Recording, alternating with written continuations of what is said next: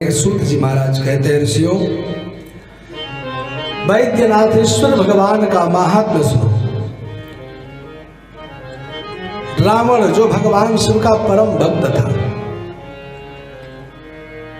इसने भगवान शिव से शक्ति प्राप्त करने के निमित्त दिव्य तप करने का संकल्प किया और कैलाश पर्वत की ओर गया और वहां जाकर इसने बहुत समय तक भगवान शंकर का दिव्य आराधन किया। बहुत समय तक तपस्या के पश्चात भी जब भगवान महेश्वर प्रसन्न नहीं हुए तो इसने और भी अनेक विधियां भगवान शिव को प्रसन्न करने के लिए अपनाई, जिसमें एक कुंड बनाया और उसमें अग्नि जलाया।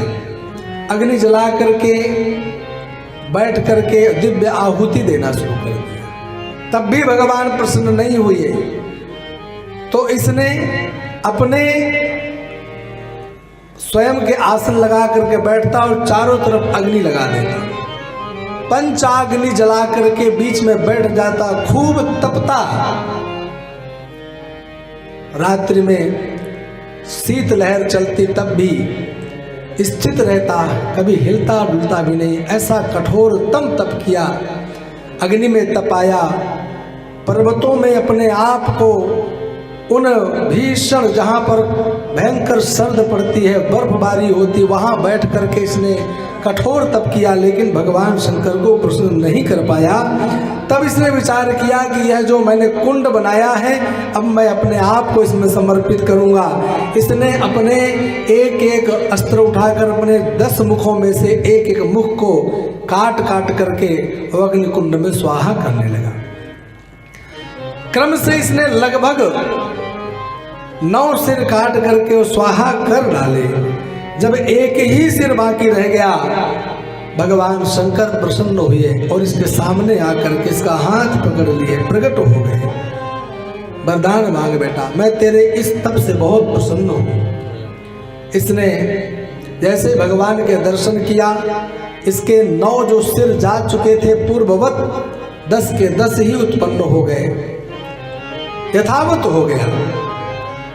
और इसने भगवान का दिव्य दर्शन किया, स्तुति की और प्रणाम करने के पश्चात कहा, भगवान आप मुझे शक्ति सामर्थ्य प्रदान कीजिए। भगवान ने इसे शक्ति दी, सामर्थ्य प्रदान किया और अनेक महाराज इसको अस्त्र शस्त्र भी दिए। तत्पश्चात इसने भगवान से कहा, भगवान कृपा करके अपने इस शिष्य पर उपकार कीजिए। क्या करना है? बोले मेरे साथ लंका चलिए, मैं आपको नित्य प्रति वही दर्शन करता रहूं, पूजा करता रहूं, आप मेरे उस लंका में निवास करें। भगवान ने कहा ठीक है राक्षस राज, जो तुम कह रहे हो मैं मान लेता हूं, परंतु एक मेरी शर्त रहेगी, यदि तुम मुझे यहाँ से ले चले, ले जाते समय मार्ग में कहीं रख मत देना, और जहां तुमने रख दिया वहीं मैं स्थित हो जाऊंगा, फिर मुझे उठा नहीं पाओगे। भगवान के शर्त के अनुसार इसने भगवान के उस शिवलिंग को उठाया, ले जाकर चलने को तैयार हुआ। मार्ग में महाराज एक जगह इसको लघु शंका लगी, मूत्रोत्सर्ग हुआ। इच्छा हुई, इस पुरस्त्यनंदन रावण ने देखा कि यहाँ पर कोई गोपाल गौ माताओं को चला रहा है, उसको आवाज दी, बुलाया, बोले ये शिवलिंग मैं यहाँ रख रहा हूँ, ध्यान से देखना। उसके गोदी में शिवलिंग को दिया और जा करके लघु शंका करने चले गए। वह बालक भी कब तक उस शिवलिंग को उठाता, शिवलिंग में ऐसा वजन बढ़ा कि उस बालक ने भी उस शिवलिंग को भूमि में स्थापित कर दिया। और भगवान की ऐसी कृपा की जो भगवान नहीं करना चाहते हो उसे करा कौन सकता है। ऐसा महाराज इसको लघु शंका ऐसी लगी कि इतनी देर हो गई कि मतलब वह बालक भी चला गया, शिवलिंग की प्रतिष्ठा भी वहाँ करके चला गया, और ये लौट कर तब तक नहीं आया। जब तक लौट करके आए तब तक शिवलिंग भूमि में रख चुका था। खूब हिलाया डुलाया, शक्ति लगाई, लेकिन वो टस से मस नहीं हुई। तब महाराज थक हार करके और उनके वहीं प्रणाम करके और वहाँ से चला गया। अब तो जब देवताओं को मालूम पड़ा कि स्वयं भगवान आज वैद्यनाथ के रूप में इस चिता भूमि में प्रतिष्ठित हो चुके हैं, ब्रह्मा इत्यादि समस्त देवता आकर के उन वैद्यनाथेश्वर भगवान का पूजन करते हैं, प्रणाम करते हैं। देवताओं के प्रार्थना करने पर ही महाराज स्वयं भगवान वहाँ पर अपने ज्योतिष स्वरूप को प्रतिष्ठित करते हैं और वैद्यनाथेश्वर के रूप में जाने जाते हैं। बोलिए श्री वैद्यनाथ भगवान। इधर सबने सोचा कि भगवान से इतने असह्य अस्त्र शस्त्र लेकर के ये गया है, वरदान प्राप्त करके गया है, और भगवान के द्वारा दिया गया वरदान अथवा अस्त्र शस्त्र सब अमोघ होते हैं। अगर इसने उसको प्राप्त कर लिया तब तो फिर राम जी को विजय प्राप्त करने में समस्या होगी। क्या करना चाहिए? तो देवताओं ने महाराज इस रावण को थोड़ा बढ़ाया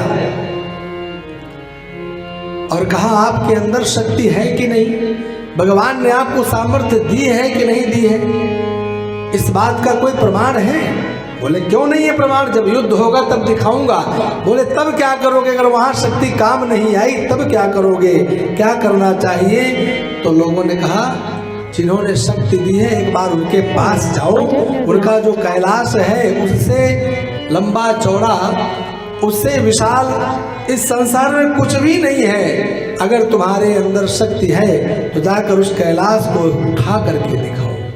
अगर तुमने कैलाश को हिला भी लिया तो हम समझ जाएंगे ये अहंकार के वशीभूत गया।